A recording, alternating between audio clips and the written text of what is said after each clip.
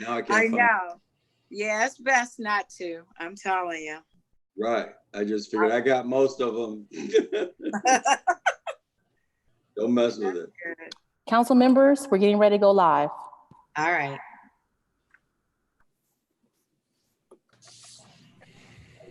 Okay. We're going to call the special meeting for Akron City Council to order. Clerk will read the roll. Baylor, Aye. Connor, Aye. Freeman, Aye. Fusco, Aye. Kamer, Aye. Lombardo, Aye. McKittrick, Aye. Malik, Aye. Neal,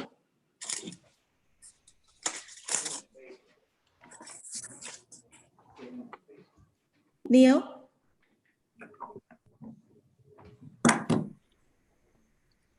Aye. thank you. Amobian is absent. Samples, Aye. Somerville, Aye. Swirsky. Aye. All members are present except Amobian. Thank you. At this time, so that we may proceed with this evening's business, can we please have a motion to suspend all council rules that require us to meet in person and vote in person? Councilman Fusco?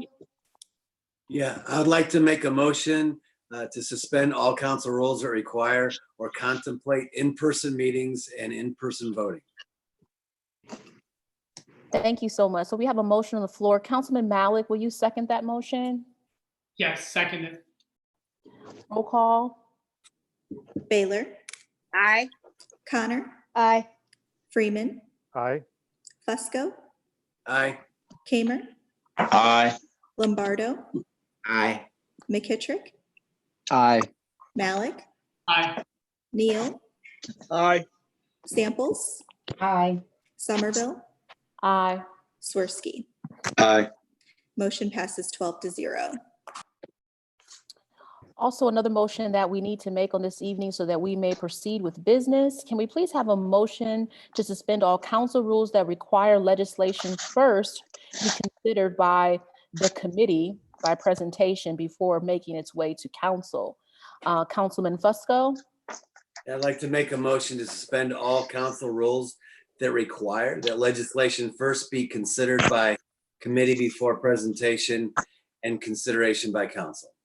Thank you. We have a motion on the floor. Councilwoman Connor, can you second that motion? Second. Roll call. Baylor, Aye. Connor, Aye. Freeman, Aye. Fusco, Aye. Kamer, Aye. Lombardo, Aye. McKittrick, Aye. Malik, Aye. Neal, Aye. Samples, Aye. Somerville, Aye. Swirsky. Aye. Motion passes 12-0. Thank you. At this time, we also need to have a motion to approve the minutes from our previously held meeting. Councilman Kamer? I'll make that motion. Thank you. We have a motion on the floor. Can we get a second by Councilwoman Samples? Second. Roll call. Baylor, Aye. Connor, Aye. Freeman, Aye.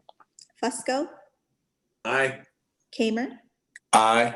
Lombardo, Aye. McKittrick, Aye. Malik,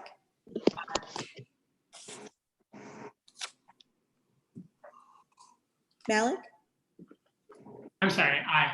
thank you. Neal, Aye. Samples, John. Aye. Somerville, Aye. Swirsky. Aye. Passes 12-0. Thank you. This evening, we do have two items that are up for public hearing, and going to ask if the clerk will read item number 1 in. Legal notice. Notice is hereby given that the following public hearing will be held by the Council of the City of Akron on Monday, May 18th, 2020, during the special meeting of council at 7 p.m. Ordinance authorizing a conditional use to construct a motor vehicle and truck leasing, rental, and sales business at 937 East Waterloo Road. Thank you. Mr. Antonucci? Thank you, Madam President, members of council. Penske Truck Leasing Company is seeking approval to construct a Penske motor vehicle and truck leasing, rental, sales, and service business at this location. The existing Donzel's Garden Center facilities will be raised to clear the lot for the proposed development. A new 21,400 square feet, 5-day service facility will be sited east of the center of the lot, roughly 135 feet from Waterloo Road. Exterior materials of the primary building would include a combination of buff brick and gray split face block.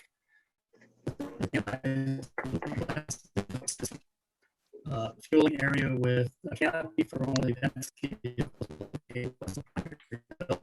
So 71 hard surface parking spaces would be provided for both and for employees. 171 hard surface truck and trailer parking spaces would also be provided. The 6 feet high black vinyl coated chain link fence, security fence would enclose the entire facility. The drives to the facility would be gated during off hours, with the exception of an after hours drop off area. 2 detention areas for stormwater management are indicated on the plans. No major repair work such as body work or collision repair would occur.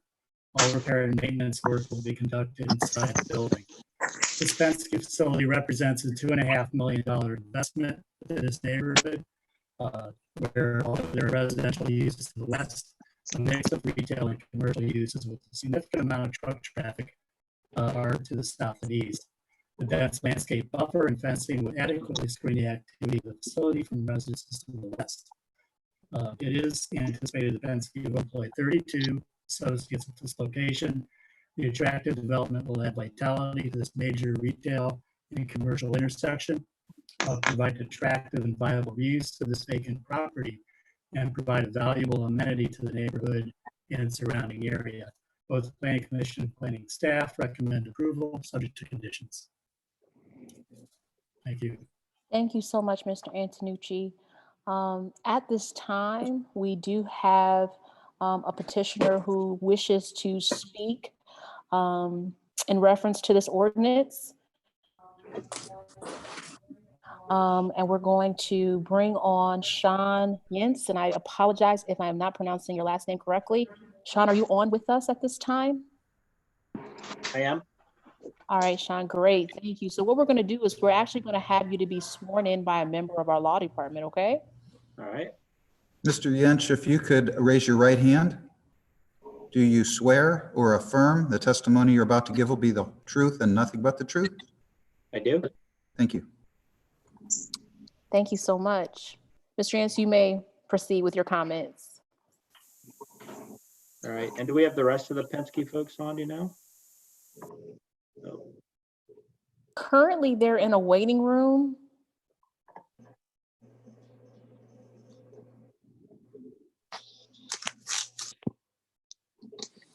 If you give us one quick moment, because I'm not sure if in the waiting room they can hear what we're saying, so we're going to bring them in, okay? Okay.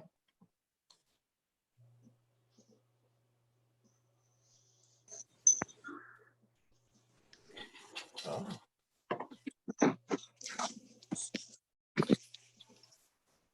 Okay. Mr. Yentz, everyone's in.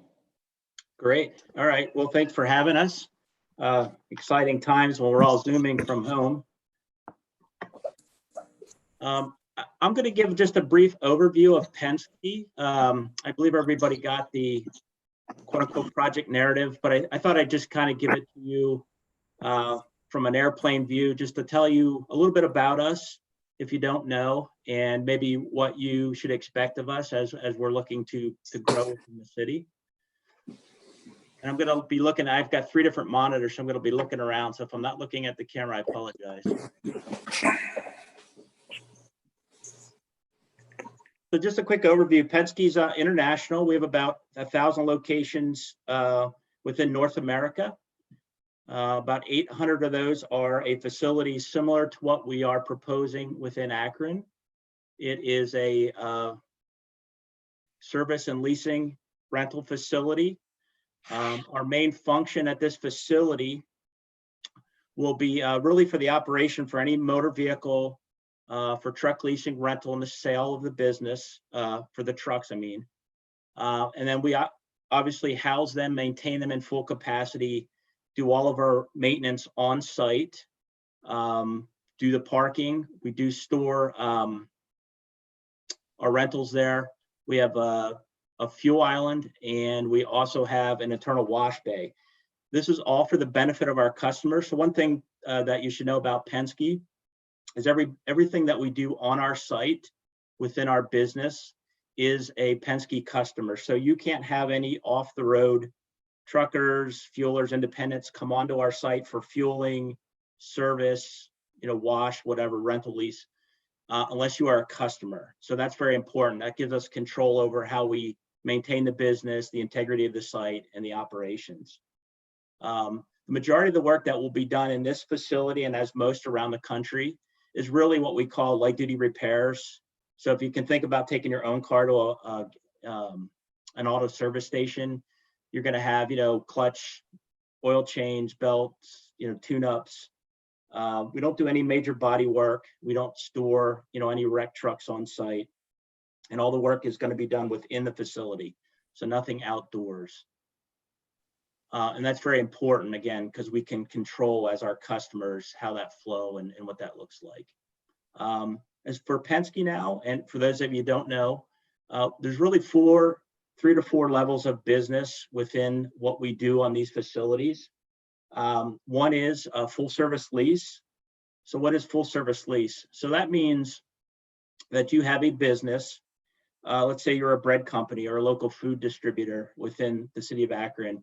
You would come to Penske and say, you know what, Sean, I need to get a vehicle, box truck, semi, whatever they would need to run my business. I don't know anything about trucks. I don't want to own it. I don't want to license it. You take care of everything so I can run my bakery. So what we would do is we would provide them the truck. We would license it. We fuel it, maintain it, wash it, and do all the behind the scenes necessary items to keep them on the road and running their business. The second part would be contract maintenance. So let's say that you've been in business for 30, 40 years, you've had trucks, and technology has kind of outpaced you, and now you just don't have the capacity or maybe the manpower to take your own truck and service it. So you can come to us and contract with us as a customer, and then we will maintain your asset and make sure it's fully licensed, insured, and DOT ready. We also do sale of our vehicles. So most like think of Hertz or something where you're renting or leasing a vehicle for a period of time. And after a few years, you say, okay, the assets, needs to be taken off the lot and maybe pushed out for sale. We do the same thing, except our concept is after about 4 years of a truck, which is pretty young in most industries, we tend to pull it off the line, bring in better technology, better vehicles, better emissions vehicles and engines, and then we'll take that truck and we'll sell it. And that might be to an internal customer, or we might sell it offline. We have a lot of different ways to do that through online services or on lots. That's not the main focus here, but it is just an overview of our business. And then lastly, as I said earlier, we do our own washing and fueling. So we have an internal wash bay. That's really to maintain the truck itself. When we do a PM, which is basically an oil change, we'd like to clean the engine off, keep the trucks looking good if you're renting them, and so on. And the fueling, again, is all Penske vehicles. So we're not I think one thing to take note for the board and what we told the planning commission is we're not a truck terminal. We're not a cross dock. We are not a heavy generator of traffic. We might have, on a busy day, 50 trucks come in or out of the lot, which is pretty small when you're thinking in traffic terms. And why is that? Well, we're really only maintaining these things just like you would your own vehicle. So even though we might have 400 or 500 trucks, we might not see those for 3-4 months at a time. So we're doing the average maintenance. People are coming in, dropping their truck off. We service the truck, they come and pick it up. And all of that is done, within the confines of our business. The same with the fueling. If you are a customer, full service lease or contract, or a customer anywhere in the country, let's say you're passing through from Pennsylvania, you could stop and fuel here as long as you're that customer. And we have a customer service rep, so they all maintain the fuel. Nobody fuels themselves. We govern the pumps and, you know, do all the handling. And everything at this point is, you know, and sorry, I'm a little lost for words here, but our fuel islands are all state of the art. It's double wall tanks, double wall containment, sumps, all the bells and whistles for what we need to do above and beyond the requirements. As far as the location, and most of you may know, southeast down off of the next exit off of I-77, we have a business down there. We've been operating since about 1994. It's on Fortuna Drive. It's at the end of a cul-de-sac. We've been operating successfully there, and I've actually outgrown our business. It's only about 3 or 4 acres. So in comparison to what we're planning on doing on Waterloo, we have no ability to grow our business or maintain the customers we have today, which is a good thing, both for the city and for Penske. So by moving to this site, we're going to go from about 3 to 4 acres paved to probably more like, I believe, my engineer can speak to the exact, but we have about 11 plus or minus 11 and a half acres. So we have about 8 acres paved. So you can see we're about doubling the size of our capacity so we can grow for the future. We're also going to grow the building. So we're going to go from about a 2-bay to a 5-bay. So we can double how many technicians can work within those bays inside the building. And we're also going to create what we call a district office. So this, back in '90s when it was built, it was considered a branch office. It had about 3 or 4 offices. The new building will have approximately 18 offices and clerical areas inside so that we can properly maintain our business here.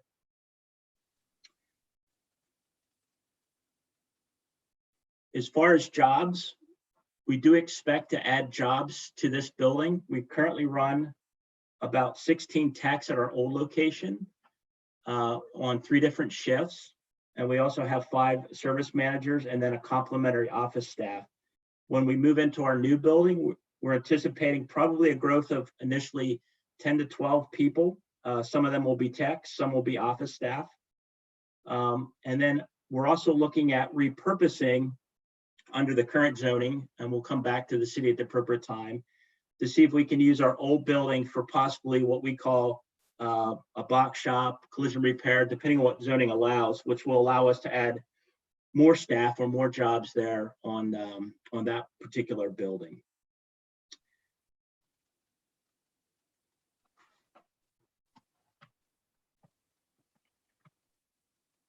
And just to kind of close out a little bit more about this location, we're planning on, we don't like to specify specific hours, but we can tell you what we're doing today, and that's all in the narrative. We are working Monday through Sunday for service and rental, which is basically when you can come in. So if you want to think of rental as you're moving yourself from here to Florida, you're moving your kid to college, you can come in, get a day rental, a month rental, or yearly rental. You might see a lot of people in today be dropping off a FedEx package or maybe an Amazon package in a Penske truck. That's because the online business is really booming right now. So those are some of the rentals that you might see from us. What's important to know is we do try to close our business down towards the evening, or obviously with the work inside, we close our doors. And you'll see from the site layout, I'm sure you've looked at the plans, we've really taken heart to how we laid this out with the residents to the west. So we pushed the building over in all of our operations to the far east. We put a buffer in between the existing residents to the west, and we're planning on putting our detention pond with some screening and our full fence to further add that to that buffer. So I think the engineer can speak to that, but I believe we're looking at 80 to 120 feet of separation so that we can give some relief to those residents without impacting their day-to-day. And we're also, from our understanding, there's been some drainage issues around the back of this site. So we pulled our site in, and on the northeast corner, we've allowed some space for maybe a second detention basin to try to correct some of the current drainage issues back there and control that flow. And again, the engineers can speak to that. I'll just end kind of my discussion here, and I just wanted to show you a couple. I'm going to try to share my screen here.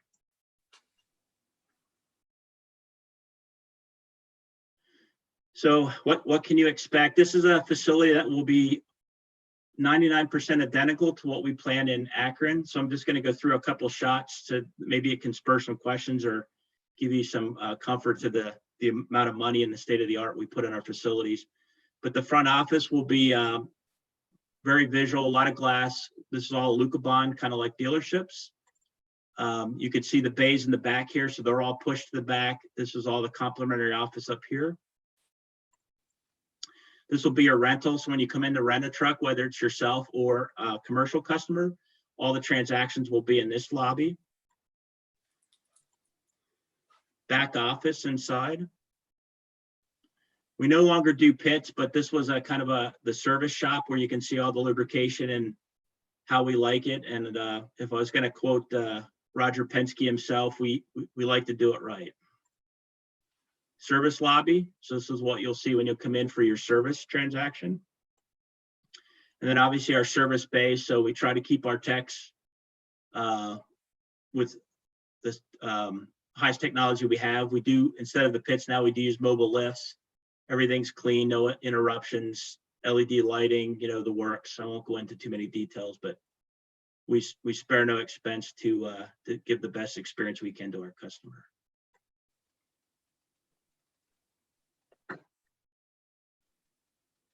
And with that, I'm going to pause so I don't chew up the whole evening here. Okay.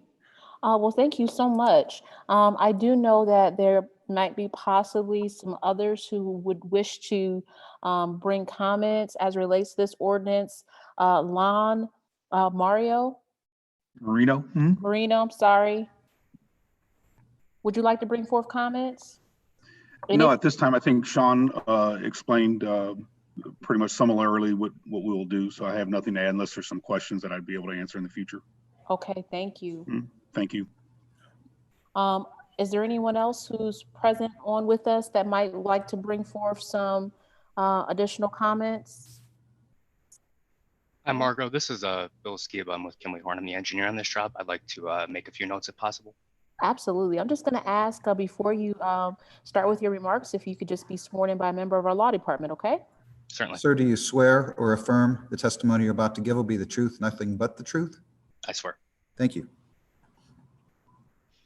So thank you, council members, and thank you, citizens of Akron, for allowing us the opportunity to petition for permanent conditional use for the proposed Penske at 937 East Waterloo Road. My name is Bill Skiba. I'm with Kimley Horn, and we are the civil engineer working on Penske with this project.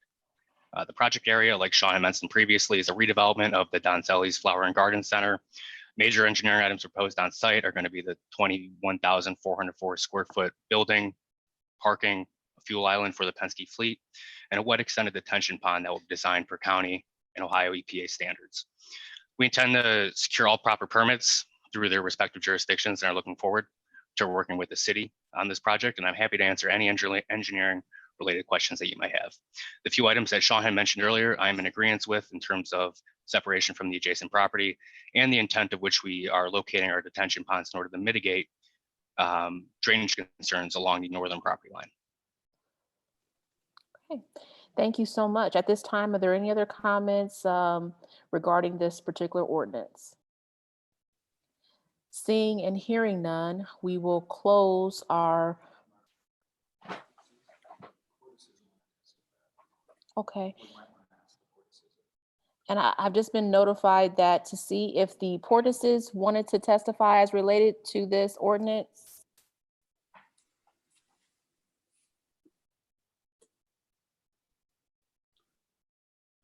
Yeah, go ahead. Yes, my name is Johnny Portis. We own about 160 And the Portises, feet. before you begin with your comments, we're going to ask that you be sworn in by a member of our law department, okay? Okay. If you're both going to testify tonight, if you could both raise your right hand. Okay. Do you swear or affirm the testimony you're about to give will be the truth and nothing but the truth?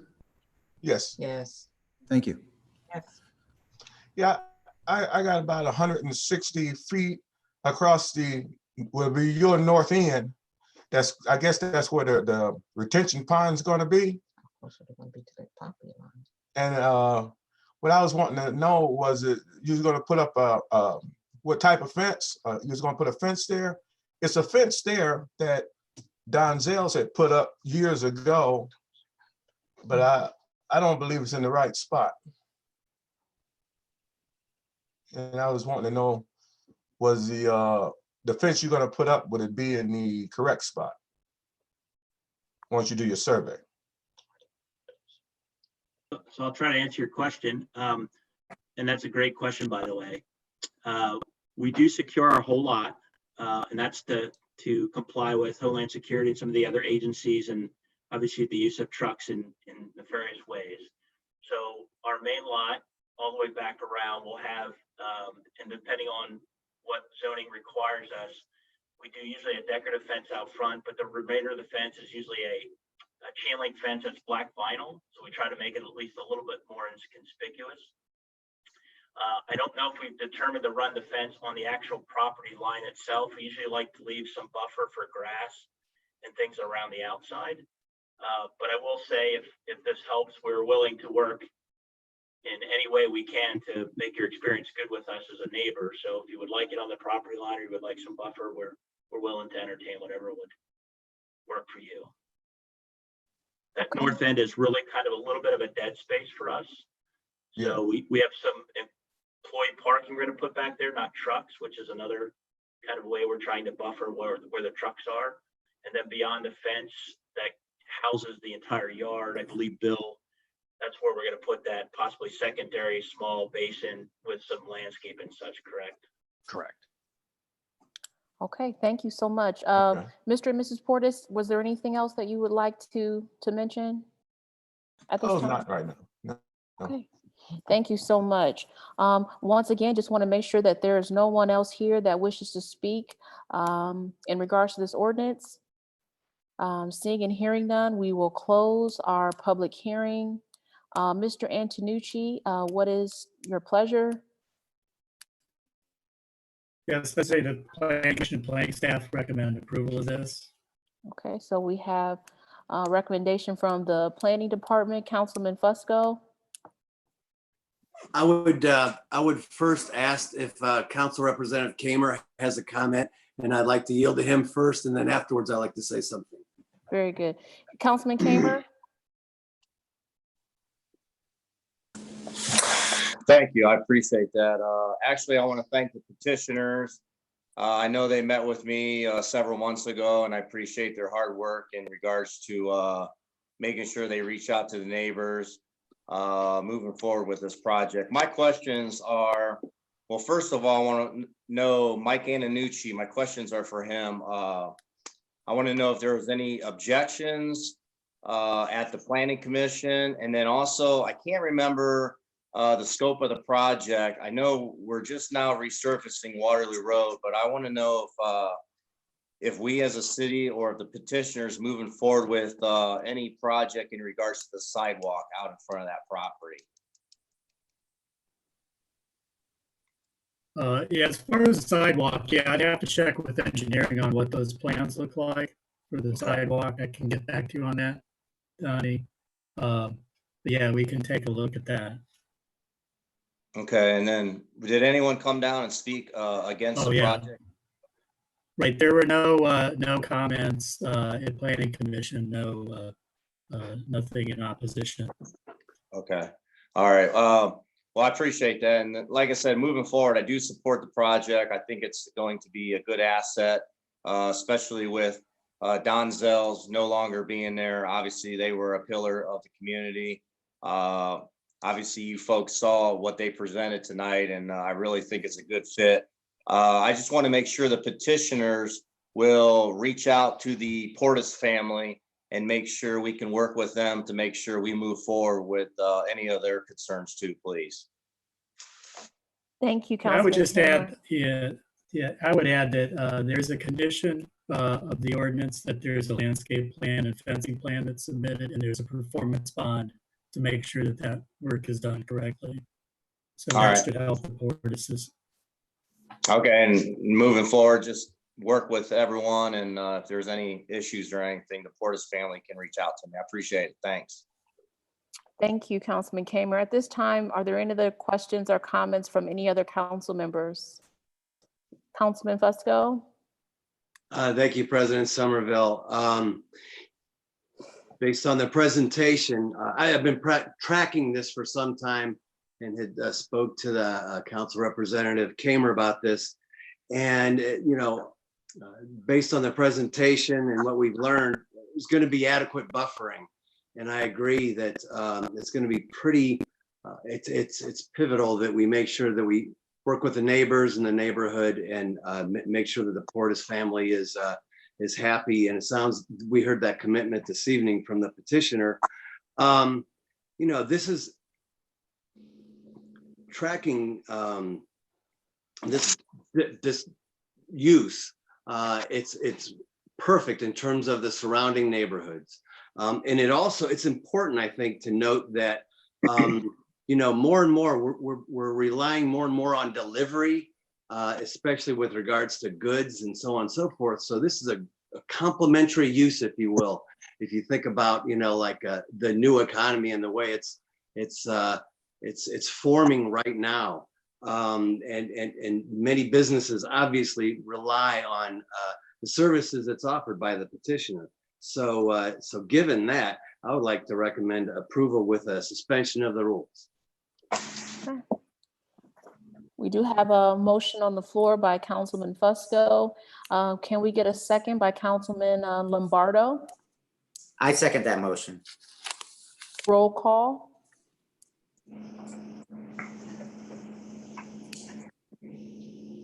Baylor, Aye.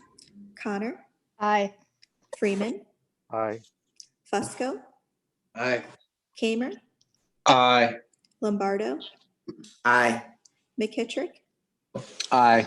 Malik, Aye. Neal, Aye. Samples, Aye. Somerville, Aye. Swirsky. Aye. This ordinance passes 12-0. Thank you, everyone, for participating in our public hearing this evening. Thank you. Thank We will now move Thank into you. our second public hearing for this evening. Legal notice. Notice is hereby given that the following public hearing will be held by the Council of the City of Akron on Monday, May 18th, 2020, during the special meeting of council at 7 p.m. Ordinance amending this Consolidated Plan 2019 Action Plan, which includes the budget for the 2019 Federal Community Development Block Grant and Home Partnership Program and the Emergency Solutions Block Grant Program. Okay, and we actually have James Hardy, Deputy Mayor of Integrated Development, who is going to present on this item. Thank you, Madam President, members of council. I'm going to give just a brief overview, and then I'll ask Helen Tomic from the Planning Department to go into specifics. But you have several pieces before you tonight that effectuate the changes necessary for us to move forward with both emergency COVID-19 CDBG allocations and ESG allocations related to the CARES Act, as well as meeting several HUD requirements for our 5-year consolidated plan and all the things that we do in relationship to our community development block grant program. So with that, I'll ask Helen to provide a brief overview of this specific topic. Can you guys hear me? Yes. Yes. I'll start video as well. Good evening, everyone. A couple of months ago, I think at the end of March, we received notification from HUD that we were allocated additional funds to assist us in combating the COVID-19 virus. We were also mandated by HUD that we were to amend our 2019 consolidated plan rather than submit it with our 2020 consolidated plan, which is probably be submitted to council sometime in mid-June. We are to receive approximately $3.8 million in community development block grant funds, and we are planning on utilizing those funds for, I think, about $2.5 million to create a revolving loan fund to assist existing and new businesses, targeting those businesses that have traditionally had some difficulties in obtaining loans. We are also looking at providing technical assistance for a program that we are calling MCAP, kind of mirroring what Toledo's doing, offering and partnering with the Urban League to work with procurement changes within the community, to work with business owners that have opportunities to provide bids to the city and county and other such projects. We will walk them through that procurement process, what they need to do. We will also partner with the county and the development fund to look at creating another program providing bond assistance to businesses that cannot be awarded federal contracts or government contracts because they don't have the capacity to obtain bonds on those projects. The emergency solutions part of the grant is we are to receive about $1.8 million. Of that $1.8 million, we are recommending $1 million for rapid rehousing and homeless prevention.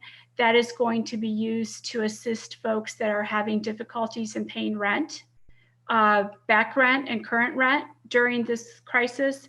We are also recommending approximately $400,000 to assist emergency shelters. So as folks are coming in off the streets, going into emergency shelters, their needs are going to be a little bit different as a result of COVID-19. So we're releasing about $400,000 for the emergency shelters. And we're also reserving about $400,000 as a quarantine site for the homeless individuals and families that have been directed by a physician that they need to be quarantined. So we're looking at about $400,000 to provide either a stay at a hotel room for the two-week quarantine process, or we've also been working with the chapel and utilizing one of their gyms as a quarantine site. Per HUD, these funds will probably be available within the next 6 to 8 weeks, and we are mandated to spend them within the next 24 months. I would just add a couple additional thoughts, Madam President, to what Ms. Tomic said. The revolving loan fund, we are seeing an unprecedented need for capital, access to capital in our business community, particularly our small and micro enterprises. Our grant program that we've been participating in at the Chamber was oversubscribed within the first few days. Luckily, through the CARES Act allocation that the county received, it looks like we're going to be able to fulfill all of the obligations from all the applications that we received through that program, but it still is not going to be enough to fill the need. I've requested data from our federal partners as it relates to Akron's success or lack thereof in garnering funds through the PPP and the SBA programs provided through the CARES Act. And I'm hoping that we'll be able to receive that data and take a look. But one of the things that we are focused on as it relates to the revolving loan program is leveraging the city's dollars. So yes, we are putting up or proposing to put up $2.5 million to get it started. We are in talks, and I look forward to the time when we can announce a partnership with not just the city, but with traditional finance through banks, as well as state and national CDFI partners that are very interested in helping us to double our money and create a larger fund for our small businesses that will be sustainable over the long term. So one of the things that the mayor charged us with was how can we be systemic with these dollars so that they're not gone almost immediately. We're creating a fund that can last for years, decades even, if we curate it right. And we're pretty excited with where we are with that. The other piece I just wanted to talk about briefly, and this is all in the memo that I sent to council a week ago, is we are also reserving some of these emergency dollars to supplement the resurfacing budget this year. As I'm sure you all saw, we have had to make some initial budget changes in response to the anticipated loss of revenue from COVID-19.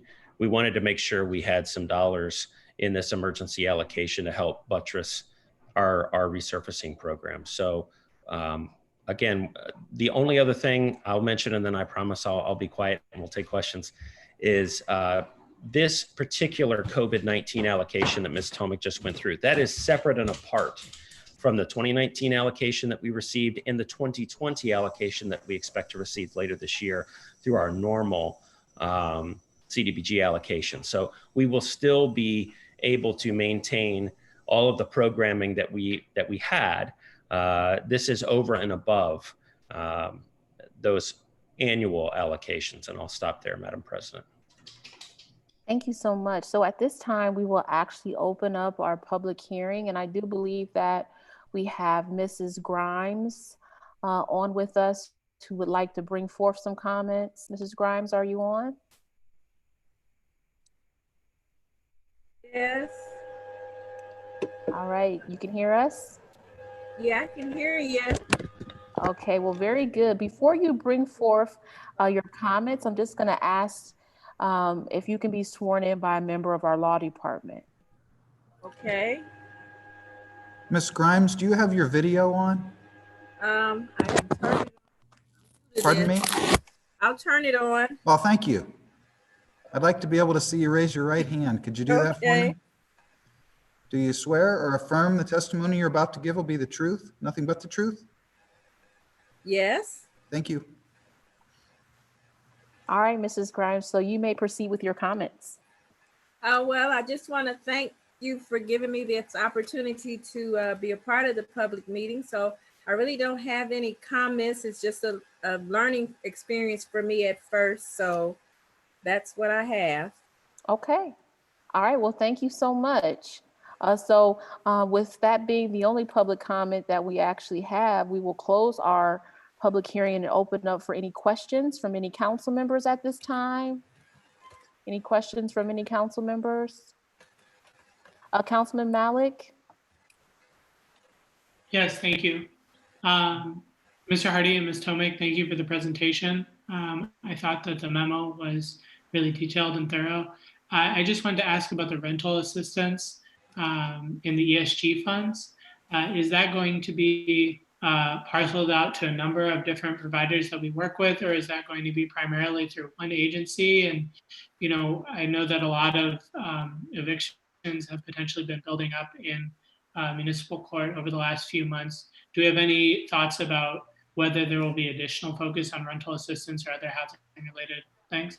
Thank you. We are looking at releasing those funds in the next couple of weeks. We've issued a request for proposals from all of our emergency shelter providers and our continuum of care providers. So we will base our recommendations on what we receive. But right now we're only releasing about $750,000. And then within 6 months, we're going to revisit where we're at with the COVID situation and then release additional funds. One additional comment I would make, Councilman, is that United Way has also had as part of their COVID fund a rental relief, a rent assistance, excuse me, allocations that are aimed very similar to what we're looking at here. So as far as I know, us and United Way are the only two that are actively funding rental assistance, but I could be wrong about that. And actually, some of our emergency shelters have also been able to receive funds from the Ohio Housing Finance Agency. And I believe the state ODOD has also released some funds, but those have been minimal, capped at maybe $15,000 or $20,000. Thank you very much. Okay, thank you so much. Councilman Neal? Thank you. Thank you, Mr. Hardy, Ms. Tomic. Couple questions. One, in regards to the rental assistance, I know there's discussion on the Hill for special funding to address that issue. But in regards to the dollars that we presently have, I know the court system has worked with a contingent of professional property investors for best practice in regards to the evictions. With the dollars that we have allocated right now, are we working with anyone to track and make sure that it's allocated, you know, the best way? and to develop best practices, say like the Ohio Real Estate Investment Association? I'm not exactly sure what you're asking. I know HUD has also waived the requirement in the past. We could not pay back rent. So it's just a matter of clients coming to United Way. They are assessed, verified that they are indeed behind in their rent, what the needs are to get them caught up in what their future needs would be. And then we work with the client and the landlord to make sure that that rent is paid. And we do anticipate, because of the waiver for folks to pay or not pay rent through August, we do anticipate that there will be a significant increase in the request come late July, early August. Okay. Councilman, I would only add that, apologies, that we still do intend to launch a landlord advisory council as the mayor announced in State of the City. We just haven't, with everything the last 2 months, we haven't been able to get that up and running, but it's still definitely on our list of things to do this year. Okay, I think it would help us because some of the suggestions have been the challenge with tracking. Even if you talk to people who assist people with rent, the ability to track people who go from agency to agency to help. And really, they really do need help, but we know that there are some people that take advantage of things. And that's what we said, if we correlate our water bill system and tracking how people, matter of fact, City Council passed the LIFT legislation some time back that was, I don't know where we are with that was supposed to help us track people who have problems with their water bills so that we could plug them into the financial literacy program to find out if it's just mismanagement or truly that there isn't enough money to the end of the month. And that would help us in this type of thing. So I just like to see, and I hear Mr. Hardy, if we can, as much as possible, engage those who are on the front lines, that would be helpful. So all of the clients receiving funds from the federal government in the state dealing with homeless issues must be entered into a system called Homeless Management Information System. So we've been tracking that data since maybe 2004, I think. Part of the other, as they go in, as in HUD speak, the front door of our centralized intake system, the assessment looks at what their needs are, and we try to divert them to other resources if they exist and if they are eligible for those resources in the community. So at the end of the day, all of the continuum of care dollars, all of the emergency solutions grant dollars are actually the last resort. If they're not eligible for anything else, then we utilize our dollars to help them. If they are, then those referrals are made. And in some instances, it could be a church, it could be a family member. So if there are other options, we do refer them. And then, as I indicated, our dollars are the last resort in order to help them. And typically, and I haven't been doing this for a while, but typically, if they do receive assistance for, say, 9 months, then I think they have to go through an 18-month period where they try to become self-sustaining before they can come back and utilize additional resources. Okay, thank you. And if I can ask just one more thing, Mr. Hardy, with the CDBG funds that are coming in, is there going to be something like a citizens, this is the best term I have, oversight group to kind of like help track the funds and also learn, I know we may not be able to give some information because it may be sensitive, learn where there are gaps. And I like the part where I heard about the technical assistance, but to learn where there are gaps so that as, the different community merchants associations and the chamber as a whole, and then us as administration, as council, could be better prepared to assist those needs in the future. On the tracking piece, we do have a citizen engagement plan as part of our consolidated plan, and obviously as part of OID's DNA, we will have robust community engagement and already have even to formulate this plan. There isn't a formal oversight committee, if you will, as it relates to the to I think what you're getting at in your question. However, we are audited frequently, and Ms. Tomic she's smiling because she knows it's true, by HUD. And so we are required, because these are federal dollars, to go through an incredibly stringent set of rules and regulations and transparent reporting as to where we spent these dollars. But I think it would also be beneficial, and if I'm hearing you right, let me know, but we can absolutely provide City Council feedback as to how these programs are going. In fact, I'm working on a memo now for you in terms of how the chamber program went and is going. So I think we can absolutely provide council with written and verbal updates on all of these programs as we move through them. And similar to the neighborhood stabilization program, I have been informed that the CARES Act also has a lot of money budgeted for the Inspector General. And they will be out monitoring what all the recipients and how we are utilizing those funds. Well, I appreciate that. Thank you. And you were on point, Mr. Hardy. The other part that I wanted to make sure I clarified was this. We know that we've had challenges with, even when we put our best foot forward, we sometimes fall short of equitable disbursement of funds and including everyone. And so from that standpoint, as we're developing our metric system to make sure that everything is equitably allocated, from that standpoint, making sure that we are on point with the distribution of funds. Heard and understood. And one of the things we decided to do as part of this commitment, the chamber program, we did track racial equity, gender equity, size of business. We tracked a lot of things that we don't typically or haven't done, at least in the past. So I'll be able to provide updates on that. We will be doing the same thing as it relates to the revolving loan program or other things to make sure that we're transparent with where the money went and what the outcomes were. Thank you very much.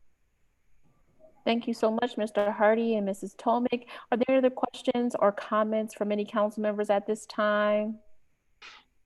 Councilman Fusco? Yes, appreciate all the effort the administration put in, Mr. Hardy and his team, with regards to this. And this is, they turned it around quite quickly, as the federal government had asked. I would just ask council to consider, if there's no other comments or concerns, if it's okay with the council, if we take 1 week's time to give everyone an opportunity to review this in detail and then vote on this next week. So therefore, I'm recommending time. Okay, and if you can, Councilman Fusco, just make a motion, just knowing that we won't be able to vote on this item next week, but June 1st, because next week is a holiday. Okay, so we have a motion for time. Is there a second? Councilman Swirsky? Councilman Swirsky, you're mute. I like to second that motion. I think it's wise to take a little bit of time to look at it a little more thoroughly. We have a motion and a second. Roll call.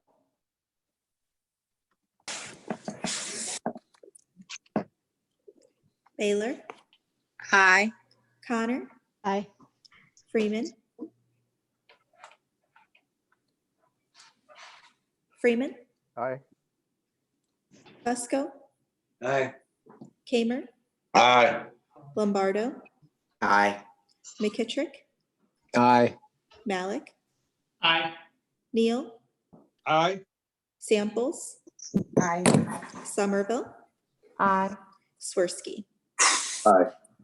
Passes 12-0. Very good. We will now move into our new legislation. Item number 1, offered by President Somerville. Ordinance amending, supplementing Title 15, Chapter 153 Zoning Code, Section 153.589A, Class UPD 48 District by removing residential uses while expanding to allow industrial uses. And certain inappropriate commercial uses would be eliminated and declaring an emergency. Thank you. This item will be referred for a public hearing that will be advertised. Item number 2, offered by President Somerville.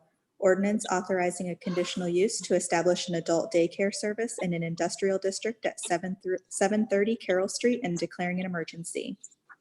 This item will also be referred as it will be advertised for a public hearing. Item number 3, offered by President Somerville, ordinance authorizing a conditional use to construct an oversized garage at 506 Darrow Road and declaring an emergency. Item number 3 will also be referred as it will be advertised for a public hearing in the future. Item number 4, offered by President Somerville, ordinance authorizing a conditional use to establish a retail use at 116 East Cuyahoga Falls Avenue and declaring an emergency.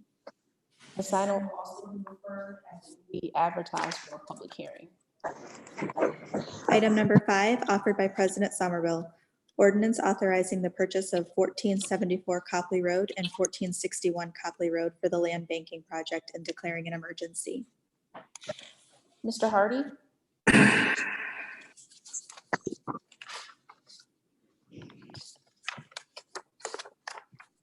I think you're on mute.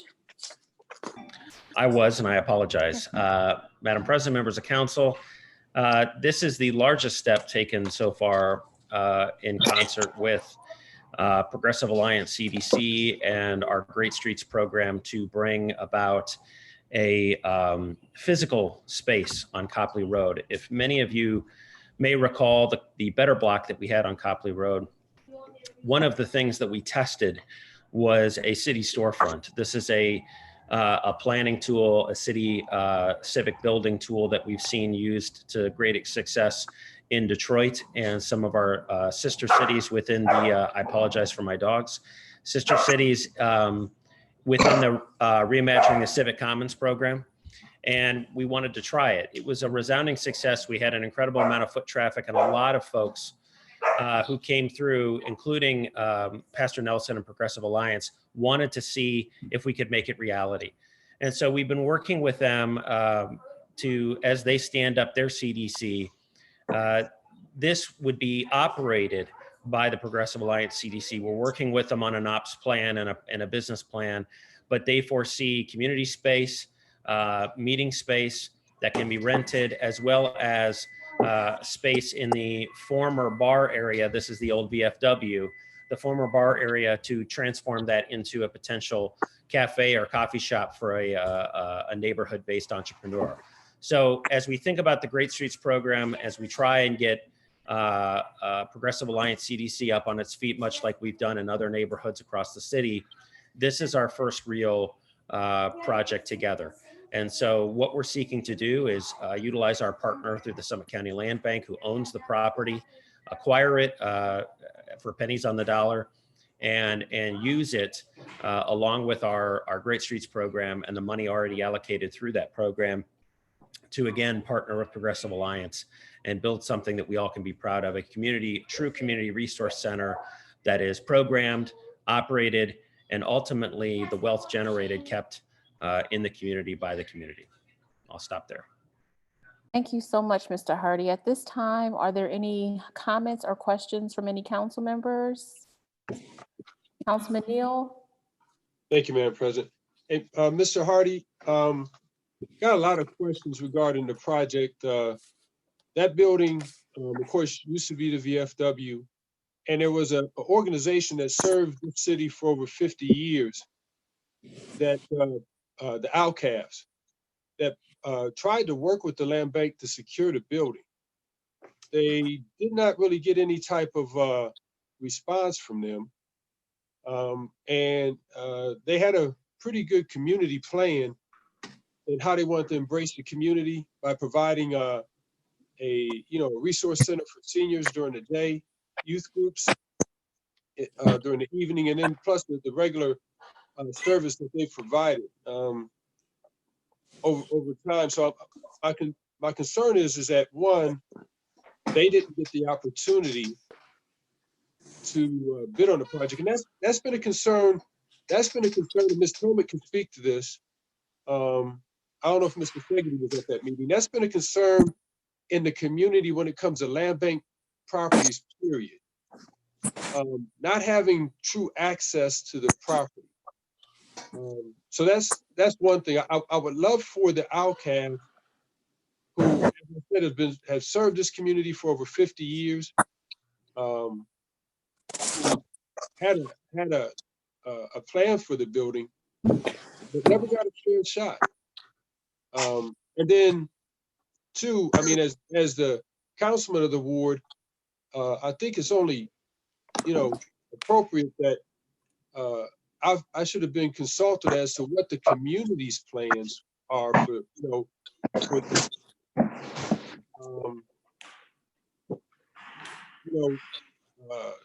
Like I said, we had an organization that had something that they wanted to put there. It's just, it speaks to the challenges that a lot of groups have had and brought up when it comes to trying to, engage and build inside our community. This is, for something as important as this catches me by surprise. And I know that there have been talks in the past about some things taking place, but they never engaged the community. And that's the only thing, when we talk about, being inclusive and transparent, that's the only thing that's disappointing about this. So allow me to respond to some of that. I have, here is my understanding of the land bank's interactions with the ALCAFs. My understanding is that they were interested in the building. We were not seeking the building as a result of that interest. And the ALCAFs were not able to present to the Summit County Land Bank any sort of financial plan showing they had any resources outside of purchasing the building. So there was a concern, my understanding is, on the part of the land bank that they would transfer the property and it would continue to sit for quite some time as the ALCAFs did not have the money to, or a plan to get the requisite money to effectuate the plans that they had. At that time, we were approached at the city knowing, the land bank knowing that we had an interest with Progressive Alliance CDC. I'm sorry. With Progressive Alliance CDC to find a location along Copley Road for this resource center. Were we interested? We pitched that over to Pastor Nelson and Progressive Alliance CDC, who have been vetting the building.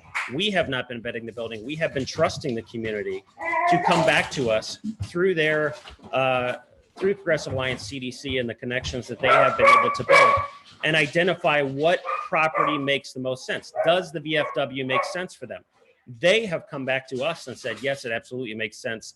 The budget's there, the ability for them to operate and generate revenue, which in turn will support the creation of that CDC and the furtherance of what they want to do along the block. So there is absolutely no agenda from the city's perspective that we're ramming through here. We've been working in lockstep with community representatives all along Copley Road. Mark Greer, who is our Great Streets coordinator, has been ear to ear with almost every merchant down there and everyone that's been trying to work through where best to place this community resource center. So that's my understanding. We are not coming to you today trying to do anything that the community has not asked us to pull together and do. That doesn't mean that there's always, I'm sure, uniform support for it. But in terms of the partners that we through OID have been working with, primarily Pastor Nelson, Progressive Alliance CDC, and a host of other folks that are supportive of that CDC, we have been working to allow them to pick the site. They really like this site. They've already had their contractor go through it, develop a budget that they think that they can meet, and certainly we can bring to bear to help. But that is my understanding. We're certainly not coming here today trying to push an agenda that's outside of what the community wants as we know it. Well, Mr. Hardy, this is, when you say the community, I'd like to know who that community is. I mean, Ward 4 is unique in that it has a process in which we go through when it comes to decisions. It's the Ujima process, not Project Ujima, but it's the Ujima process where we incorporate circles so that everyone's voice can be heard.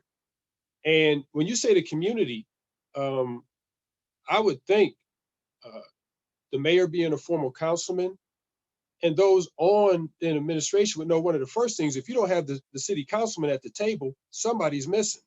I'm the only one elected to represent the constituents of Ward 4. Councilman, I'm more Well, than happy to withdraw the legislation, and you can talk to Pastor Nelson and everyone else and come back with a plan that you would like to endorse. If that's what you're saying, that nothing gets done unless you sign off, we are not going to. No, that's not what I'm saying. What are you saying then? What I'm saying is that if you truly want to engage the community, when you say the residents of Ward 4, who are the residents of Ward 4 that have been a part of this discussion? Councilman Neal, if I could just ask you just to pause for one moment right there. I just want to also just bring forth a comment. There were a series of public community meetings that were held through Better Block. I attended many of those. I know that all of them you have personally been invited to as well. And at those meetings, residents spoke loud and clear as to what they would like to see happen on Copley Road. Some of the things that they said is that they wanted to be able to have community space on Copley Road. Businesses wanted to have a police substation. They also talked about a safe place where maybe children can come and do homework. We also talked about places where social services could actually come and have office hours and office space right there on Copley Road for the community. So there's been a series of meetings. Residents have been very excited about what's happening on Copley Road because Copley Road has not seen this level of investment in many, many, many years. So I just wanted to add that.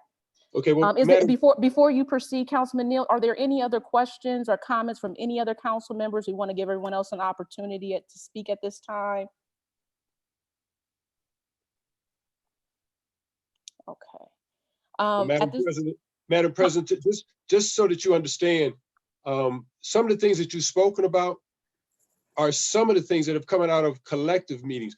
There has already been significant investment with the purchase by one CDC of the church on Hardesty and Copley Road. So some of the things we have sitting a building that the city has funded, the agency Winco, that's still sitting there. So when you talk about engaging the community, again, I ask you who? Because the people who have been engaged in the community plan for Ward 4 weren't a part of this meeting. Having some pastors that don't live in the ward being a part of it, and when you talk about a police substation, yeah, that was brought, and we told them, no, you don't want to put a substation in the ward because it would be known as the snitch office. We told them it has to be a community resource center. So basically, some of the things that you're saying have come from community meetings that I've been a part of. There's been a letter that was sent out that spoke to this over a year ago. So what I would like to do is, yes, I would like to take time on this legislation until have a chance to talk with those parties who, quote unquote, have represented Ward 4, so that we can take a look at this. And I would like serious consideration of ALCAF. And again, an organization that has served this community for over 50 years. So, Councilman Neal, okay, thank you. So you do have a comment that you want to go ahead and give time. yes. And, we can go ahead and take a vote to do so.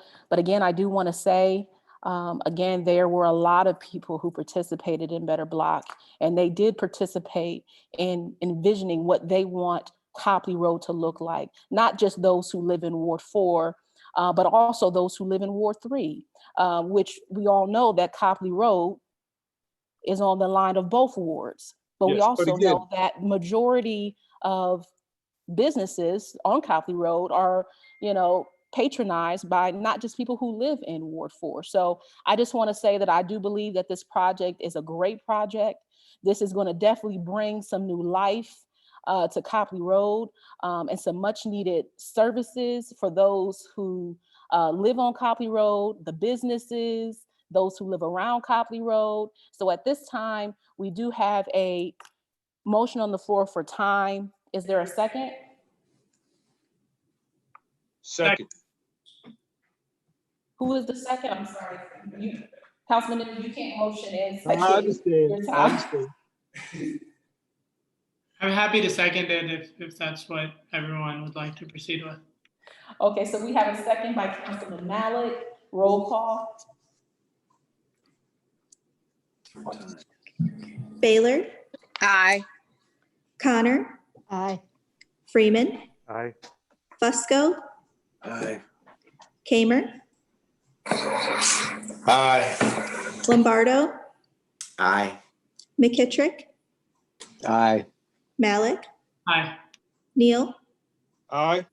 Samples, Aye. Somerville, Aye. Swirsky. Aye. Time will be taken. Item number 6, offered by President Somerville. Resolution opposing the Northeast Ohio Area-Wide Coordinating Agency's proposition to combine the U.S. Census Bureau's Akron, Canton, and Cleveland metropolitan statistical areas, which would effectively eliminate the Akron metropolitan statistical area and declaring an emergency.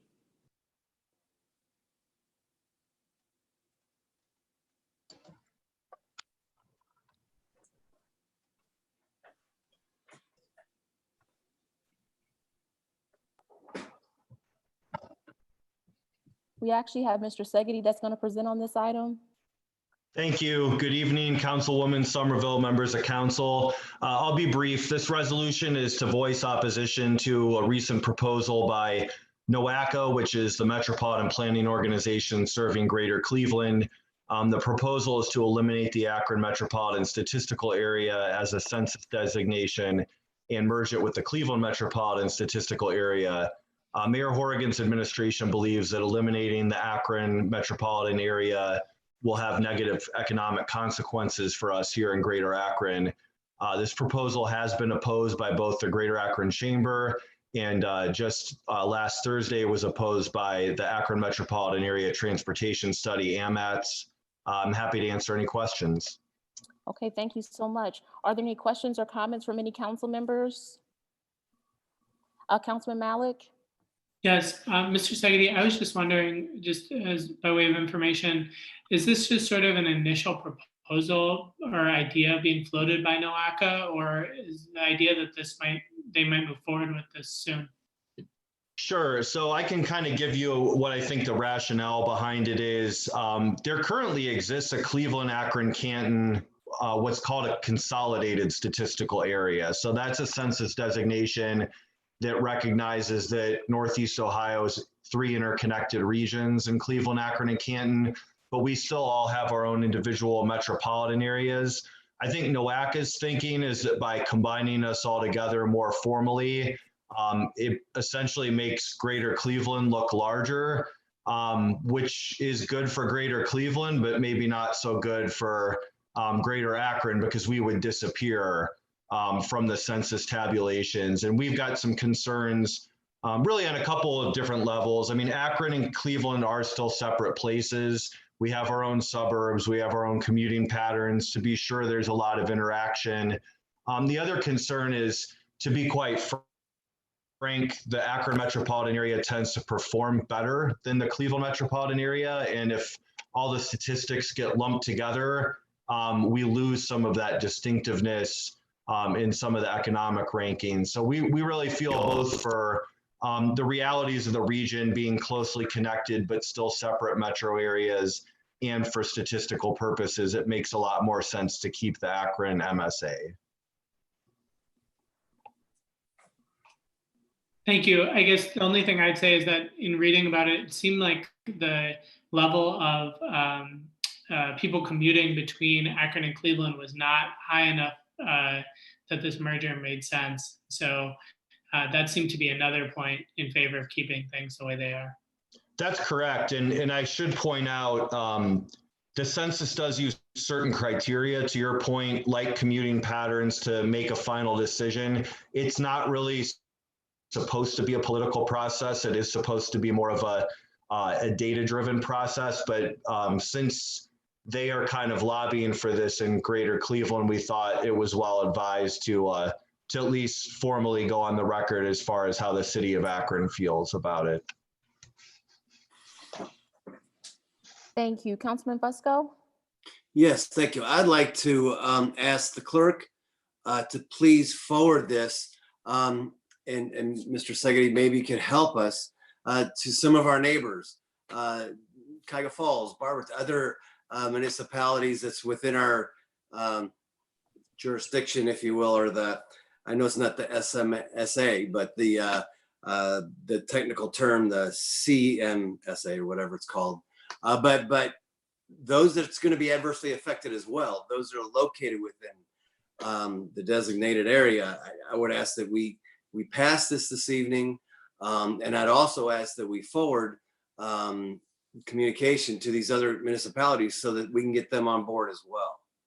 I'd be happy to help with that. And I can tell you, Mayor Horrigan, as well as many of his colleagues, fellow mayors in Summit and Portage County have written formal letters opposing it.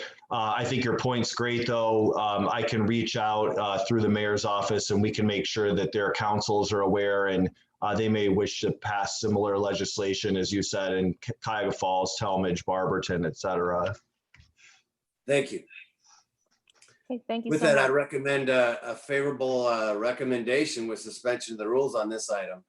So we do have a motion on the floor. Can we get a second by Councilman McKittrick? Second. Roll call. Baylor, Aye. Connor, Aye. Freeman, Aye. Fusco, Aye. Kamer, Aye. Lombardo, Aye. McKittrick, Aye. Malik, Aye. Neal, Aye. Samples, Aye. Somerville, Aye. Swirsky. Aye. This resolution passes 12-0. Item number 7, offered by President Somerville. Ordinance authorizing the mayor, the director of public service, the director of finance, the director of law, the director of planning, and/or the director of neighborhood assistance through the office of the purchasing agent to purchase miscellaneous supplies, services, repair parts, and labor for machinery and equipment used by various divisions and departments of the city for a period of 1 year, authorizing payment therefore, repealing and replacing ordinance number 365-2019, passed December 16th, 2019, and declaring an emergency. Thank you. We actually have Shelley Goodrich, Deputy Director of Finance, who's going to present on this. Hello. Thank you, Madam President and members of council. This is just an ordinance that you guys normally pass in December of every year, which goes through and lists some of the items that we purchase based on a sole source basis. Some of these are emergency purchases that we make and things that we just need throughout the year that it would be very burdensome to come back to council every time and get you guys to pass legislation. Some of the numbers that were contained in the original legislation that we passed back in December needed to be increased. And so that's why you have this piece before you tonight. So this just adjusted some of the numbers, and we also added some vendors to allow our departments to procure some necessary goods based on the COVID-19 emergency. Thank And you I'll so take any questions that you guys have. Thank you. Are there any questions or comments at this time from any council members? Councilman Fusco? I'd like to make a favorable recommendation with suspension of the rules. We have a motion on the floor. Can we get a second by Councilwoman Baylor? Second. Roll call. Baylor, Aye. Connor, Aye. Freeman, Aye. Fusco, Aye.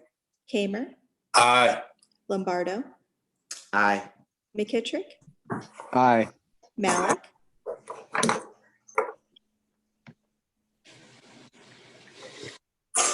Did it come through? Aye. thank you. Neal, Aye. Samples, Aye. Somerville, Aye. Swirsky. Aye. This ordinance passes 12-0. Item number 8, offered by President Somerville. Resolution declaring it necessary to improve certain streets in the city between certain termini by providing street cleaning services and street lighting and declaring an emergency. Thank you. And we actually have Chris Luttle, Director of Public Service, who's going to present on this item for us. Thank you, Madam President, members of City Council. This is our annual legislation for street lighting and street cleaning. The assessment rate is unchanged. It's the same as last year. In fact, this rate has not gone up since 2014. Thank you so much. Are there any questions or comments from any council members at this time? Councilman Malik? These assessments would be due next spring, is that right? Yes, they would go on the half of the tax through Summit County. So when they pay their taxes next year, yes, February, I believe it is. Thank you. Thank you so much. Any other questions or comments? Councilman Fusco? I'd like to make a favorable recommendation with suspension of the rules. We have a motion on the floor. Can we please get a second by Councilman Freeman? Second. We have a second. Roll call. Baylor? Aye. Connor? Aye. Freeman? Aye. Fusco? Aye. Kamer? Aye. Lombardo? Aye. McKittrick? Aye. Malik? Aye. Neal? Aye. Samples? Aye. Somerville? Aye. Swirsky? Aye. This passes 12-0. Item number 9, offered by President Somerville. Ordinance approving the report of the Assessment Equalization Board selected pursuant to Section 53.03 of the Code of Ordinances of the City and Resolution Number 87-2020 to hear and determine all objections to the special assessments for the improvement of certain streets between certain termini in accordance with Resolution Number 87-2020, 2020 Phase 1 Arterial Collector Resurfacing Program, determining to proceed with the improvement and declaring an emergency.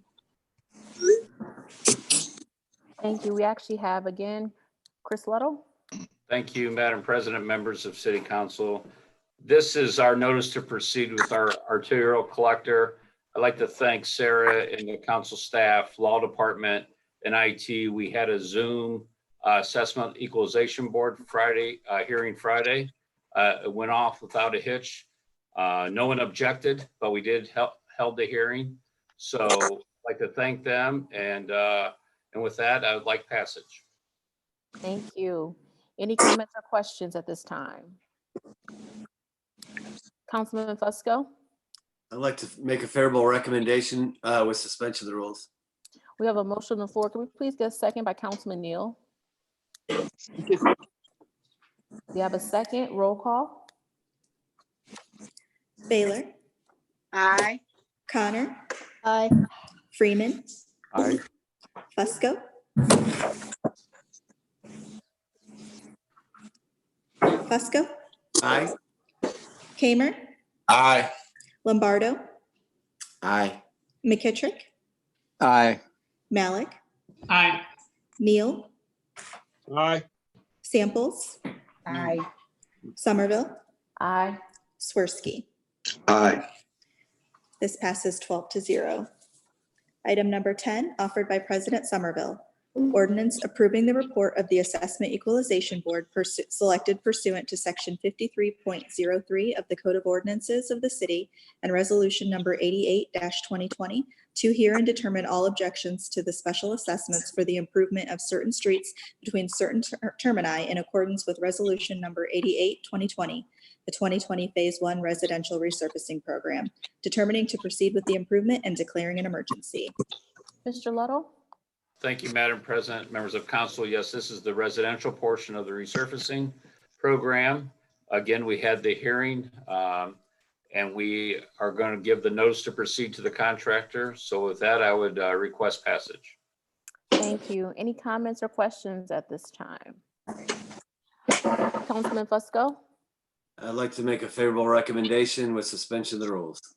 We have a motion on the floor. Can we please get a second by Councilman Swirsky?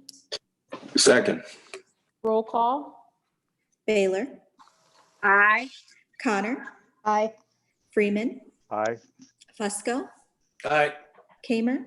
Aye. Lombardo? Aye. McKittrick? Aye. Malik? Aye. Neal? Aye. Samples? Aye.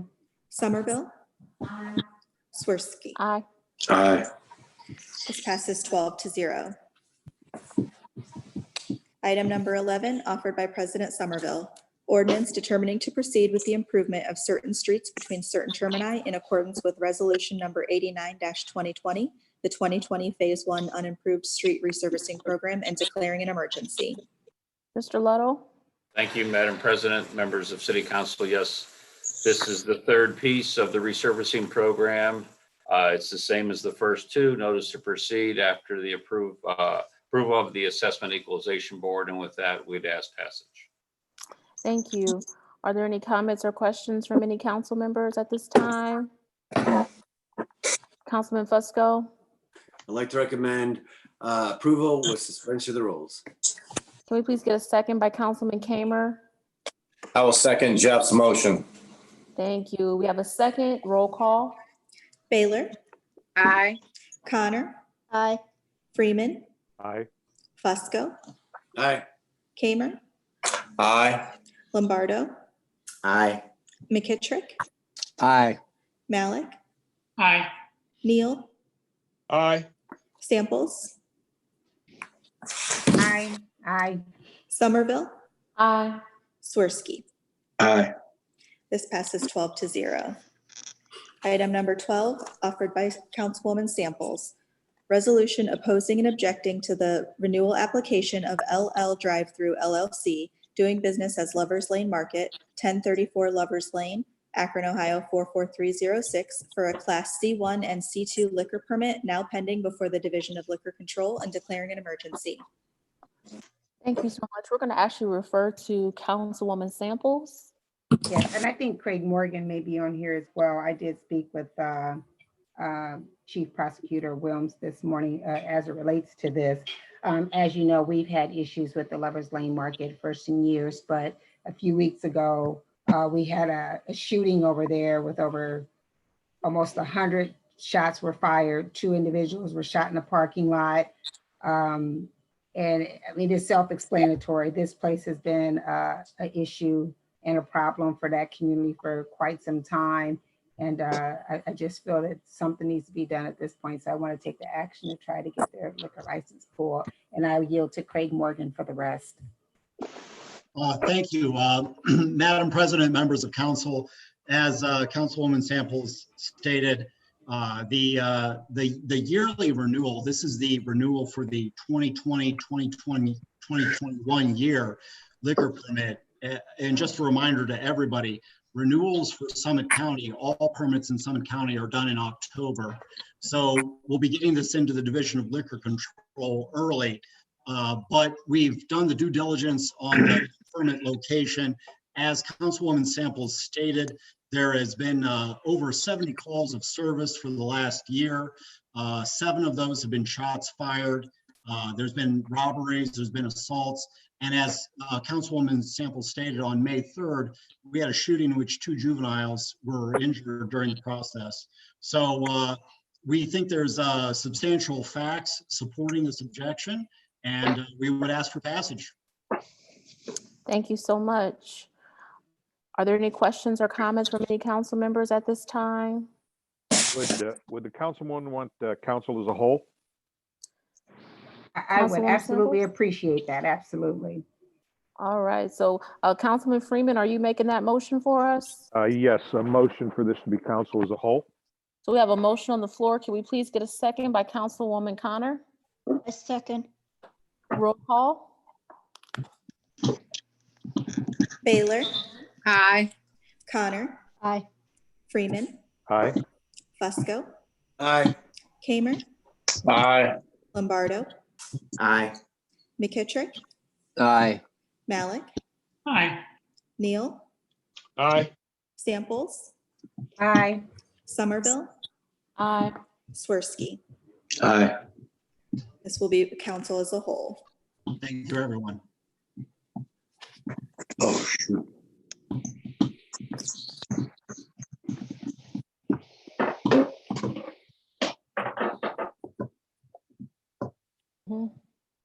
Thank you. Item number 13, offered by Councilwoman Amobian and Samples and Councilman Neal. Resolution recognizing and honoring the life of Mr. Albert Roden, expressing condolences and sympathy to the family of Mr. Roden on his passing and declaring an emergency. Thank you. I know that Councilwoman Amobian is not with us on tonight, but Councilwoman Samples, as the council person, would you like to speak on this item? Yes, briefly. As you know, the Turner Roden family have been pillars in this community for longer than I've been alive. And Mr. Roden has made his mark in his community, not just within the funeral home service business, but with the NAACP as well. And he will be truly missed. And I commend him for all that he's done to leave a living legacy here in the city of Akron. Thank you. Councilman Neal, do you have any comments? Thank you, Madam President. I just want to echo what the councilwoman stated. Mr. Roden, the Roden family has been of great service serving our community, and just as the proverb states, when an elder dies, a library burns, and this is another one of our elders that has passed on. So our condolences to his family and to his those that serve under his ministry. Thank you. Any other comments or questions from any council members at this time? I too would like for my name to be added to this piece. As a fellow funeral director, definitely want to express my condolences to Mr. Roden. The one thing that I always appreciated about him, it was never about competition, although we were two separate funeral homes. You know, he would always call and give encouragement or let me know what was happening in the industry. And so I always appreciated him for that. So again, like my name to be added and want to give my sincere sympathy to the family. At this time, if there are no further questions, Councilwoman Samples, what is your pleasure? If we could suspend the rules with a favorable report. Okay, very good. We have a motion on the floor. Can we please get a second by Councilman Malik? Second. Roll call. Baylor, Aye. Connor, Aye. Freeman, Aye. Fusco, Aye. Kamer, Aye. Lombardo, Aye. McKittrick, Aye. Malik, Aye. Neal, Aye. Samples, Aye. Somerville, Aye. Swirsky. Aye. This passes 12-0. Item number 14, offered by Mayor Horgan. Ordinance approving and confirming appointment by the mayor of Donald Christian to the Charter Review Commission and declaring an emergency. Thank you so much. And we actually have Ellen Lander-Nitsch who's going to present on this.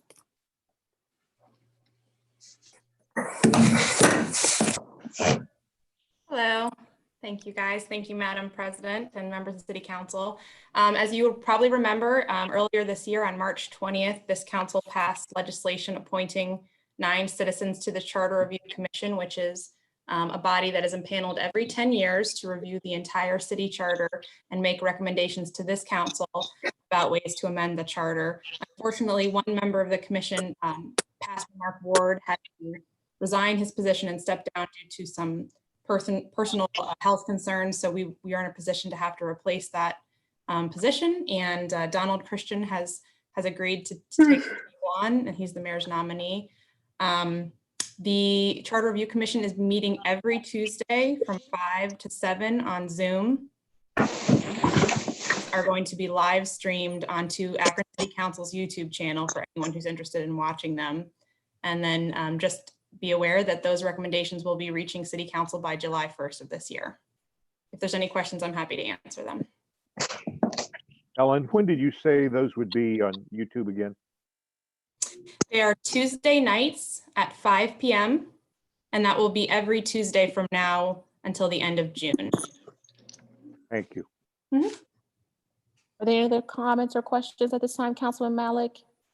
Yes, I just want to say that many of us know Mr. Christian, and I'm sure he'll bring his considerable talent and energy to this endeavor. So we appreciate everyone who's serving in this role.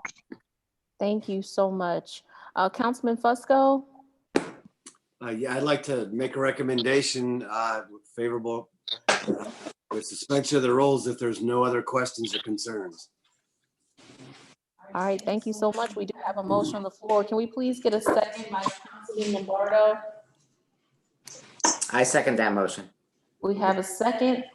Roll call. Baylor, Aye. Connor, Aye. Freeman, Aye. Fusco, Aye. Kamer, Aye. Lombardo, Aye. McKittrick, Aye.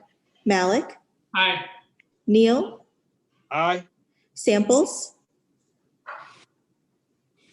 Aye. Somerville, Aye. Swirsky. Aye.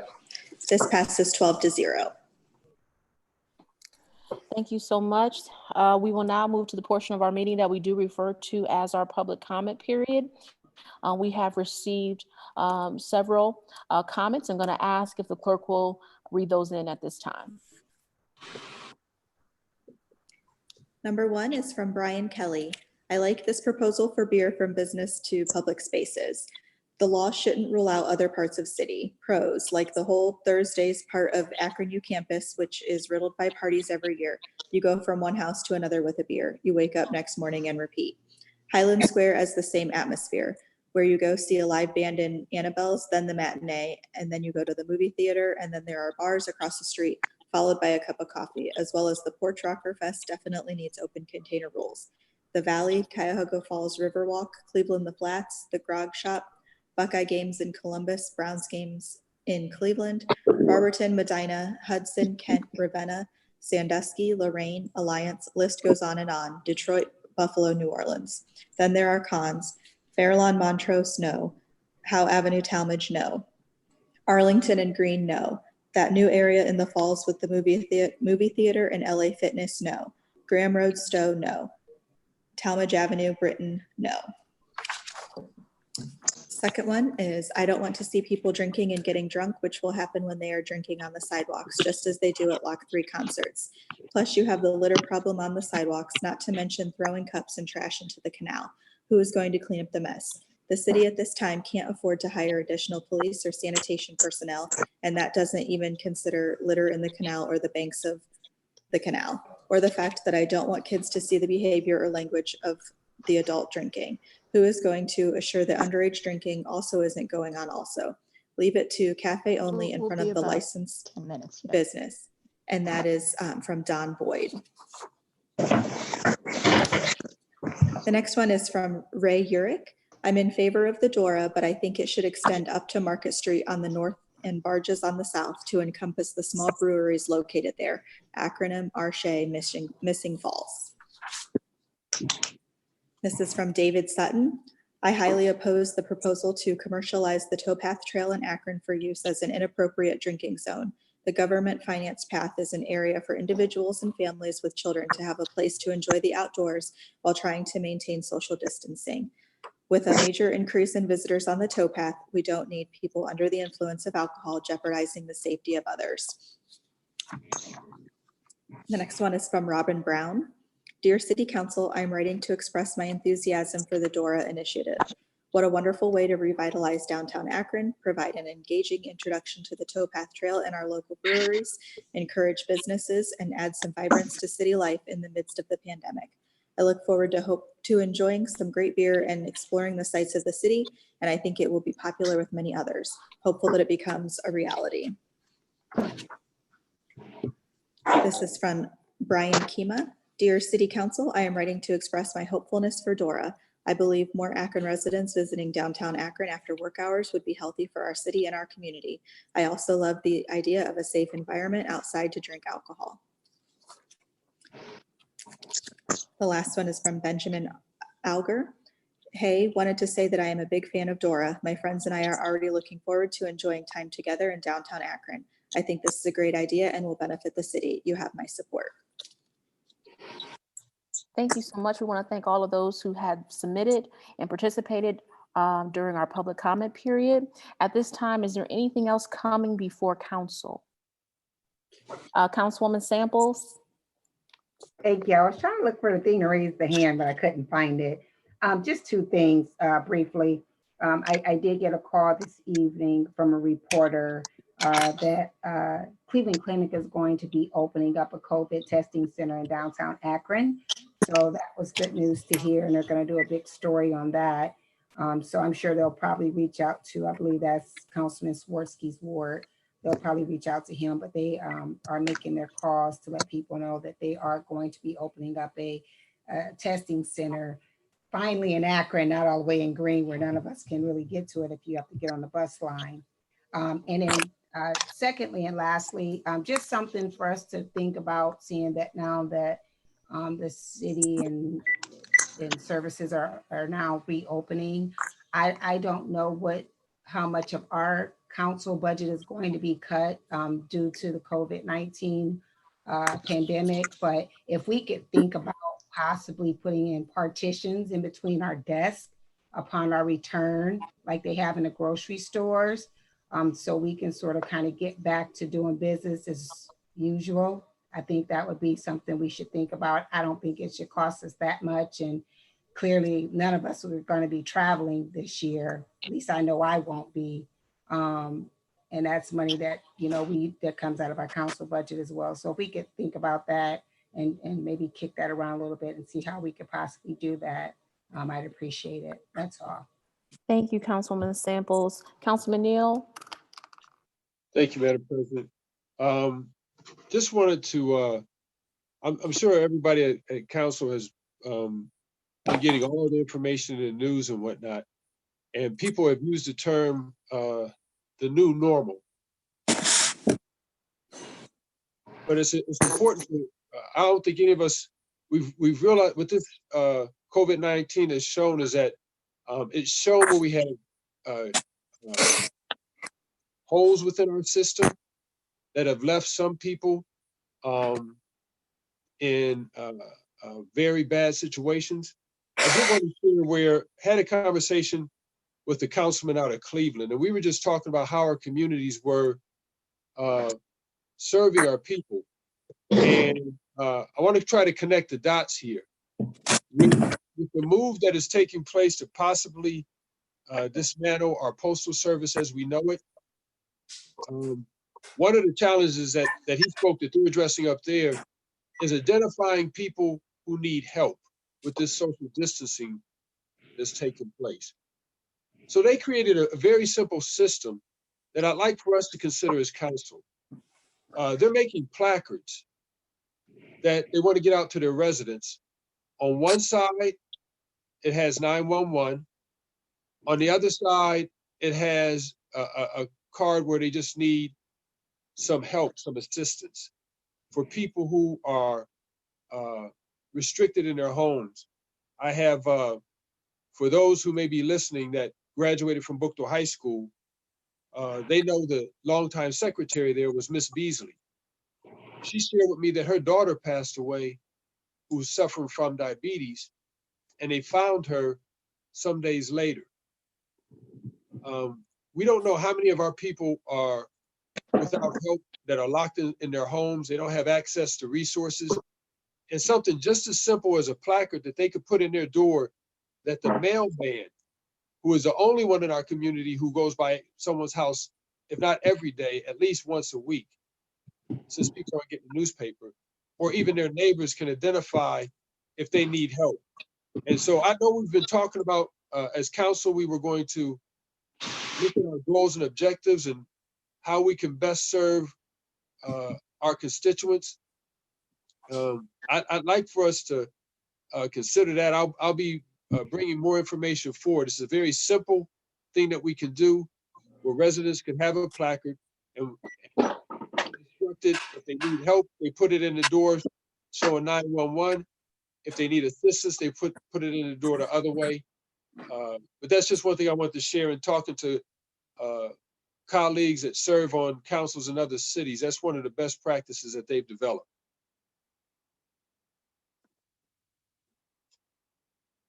Thank you, Councilman Neal. Councilman Malik?